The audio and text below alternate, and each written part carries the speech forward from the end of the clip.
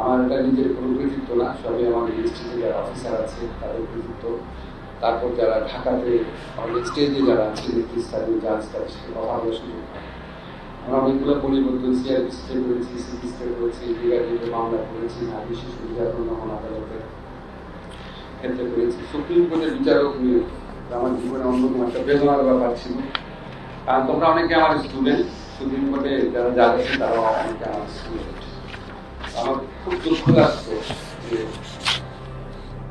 মানে quality wise যখন দেখতাম যে উচ্চ আদালতে কোয়ালিটির চেয়ে দলের প্রতি আনুগত্য ভিতরে নিয়োগ হতো।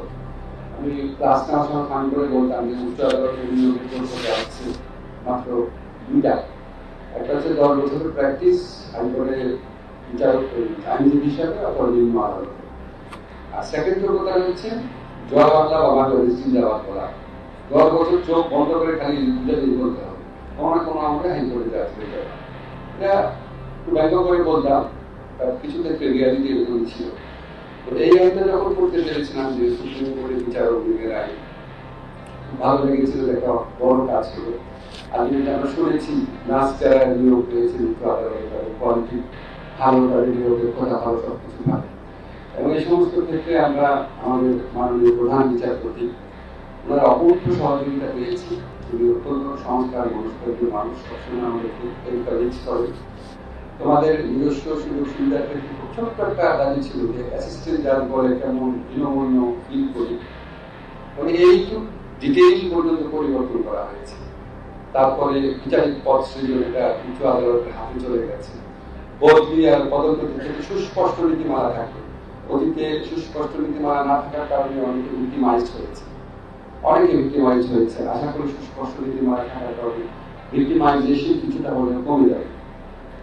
মেটেরিয়াল আরো কিছু সুবিধার ব্যবস্থা করা হয়েছে। আর এখানে বিল্ডিং এর যে কনসেপ্টটা আমি খুবই বিরোধী, তোমরা একটু অভিযোগ হও। এখানে আসতে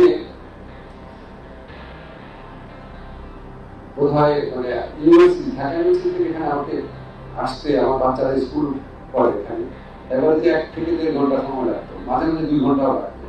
এরকম একদম প্রচন্ড কনজেস্টেড এরিয়াতে, ট্রাফিক কনজেস্টেড এরিয়াতে কেন বিল্ডিং বানানো? সেলফ ইজ ফান, পুরো জায়গা বিক্রি করে সুন্দর জায়গায় যাও। তোমরা নতুন ভাবে চিন্তা করো, এই পুরো জায়গা বিক্রি করে পূর্বাচল এরিয়া করো, ভালো জায়গাতে করো।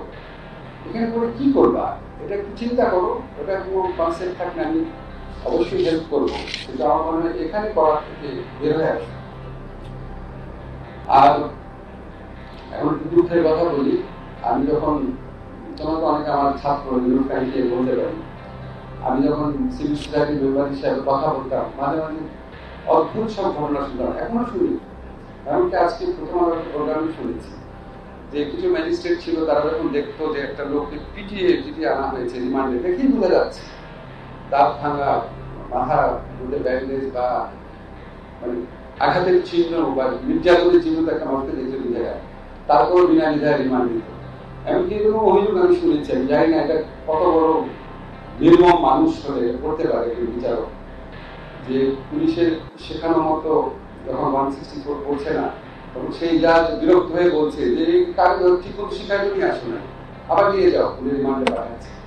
হয়েছে না? এমনি খুব কম পর্যন্ত হয়েছে, অন্তত 5% বা কাছাকাছি ধরনের বিচারকরা এরকম করেছে।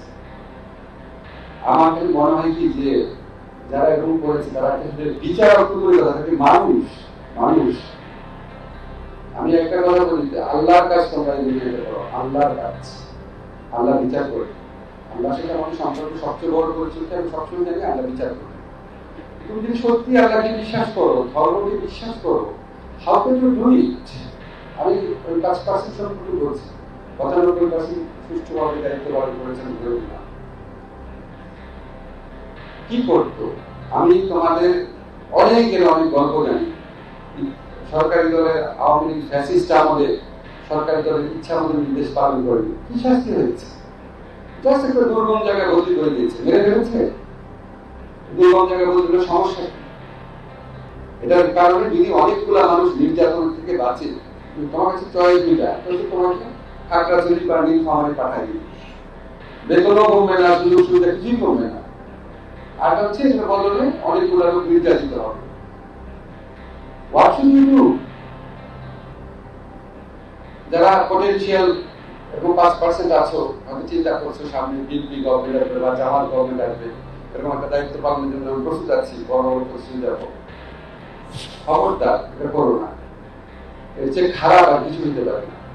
আমি অন্তর থেকে বিশ্বাস করি যে বিচারকের পদে থেকে যে অন্যায় করে নিজের ব্যক্তি স্বার্থে, তার চেয়ে খারাপ মানুষ আর হতে পারে না। হতে পারে দু একজন হয়তো প্রচন্ড ভয় করেছে, ভয় করলে ভীতু বলতে পারে, কিন্তু যে বাড়তি সুবিধা নেওয়ার জন্য, ভালো জায়গায় পোস্টিং নেওয়ার জন্য, প্রমোশন নেওয়ার জন্য, বিদেশে যাওয়ার জন্য সুবিধা নিয়েছে, সে বিচারক তো দূরের কথা, সে মানুষও না। এটা আমি আমার স্থির বিশ্বাস থেকে বললাম, এই প্রত্যাশা থেকে যে আমি এই জায়গা থেকে তোমাদের যা যা চাওয়ার ছিল, অনেকটা এক্সাম্পল দিলাম যে তোমাদের নাম পর্যন্ত পরিবর্তন করার চেষ্টা করেছি, আর অনেক কিছু করেছি, আমি বলবো না। আমার কাছে একটাই প্রত্যাশা থাকবে, আর কয়েক মাস থাকবো, তোমরা বিচারকের পদে থেকে অন্যায় করো না প্লিজ। বিশেষ করে মানে গরিব অসহায় মানুষের বিরুদ্ধে অন্যায় করো না। এটা একটা সময় তোমাদের সবাই বয়স হবে, মৃত্যুর চিন্তা আসবে, নিজে নির্ভর করতে পারবে না। আমি আশা করি এই সংস্কার, এই সমস্ত কিছুর ঊর্ধ্বে হচ্ছে মানুষের মানসিকতা, মাইন্ডসেট। তোমরা ন্যায় বিচার প্রতিষ্ঠার জন্য, মানুষের অধিকার প্রতিষ্ঠার জন্য সবচেয়ে শক্তিশালী রেলেভেন্ট প্রতিষ্ঠান বিচার। OBC টেলিভিশন নিউজ টাইম, সত্য প্রকাশে অঙ্গীকারবদ্ধ।